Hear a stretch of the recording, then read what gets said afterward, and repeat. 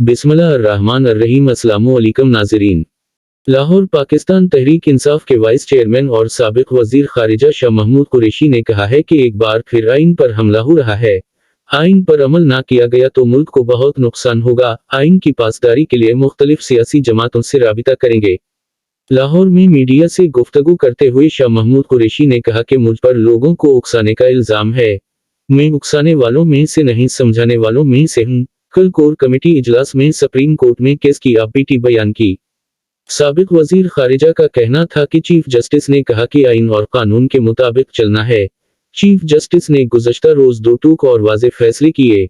मुतालबा किया जा रहा था फुल कोर्ट बनाया जाए। अटॉर्नी जनरल दरखास्त कर रहे थे, मौक़िफ़ पेश नहीं कर सकते। इन्होंने कहा कि चीफ जस्टिस ने रूल के तहत 3 रुकनी बेंच बनाया। पीटीआई चीफ जस्टिस और अदलिया का साथ देगी। एक बार फिर आइन पर हमला हो रहा है। हम चाहते हैं सब आइन पर अमल करें। आइन की पासदारी के लिए मुख्तलिफ सियासी जमातों से राबिता करेंगे। शाह महमूद कुरैशी का मजीद कहना था कि Imran Khan rule of law की जंग लड़ने निकले हैं। बिलावल भुट्टो हमला करने वालों के खिलाफ खामोश हैं। किया नैब केसेस या इक़्तिदार की कुर्सी ने घुटने टेकने पर मजबूर कर दिया है।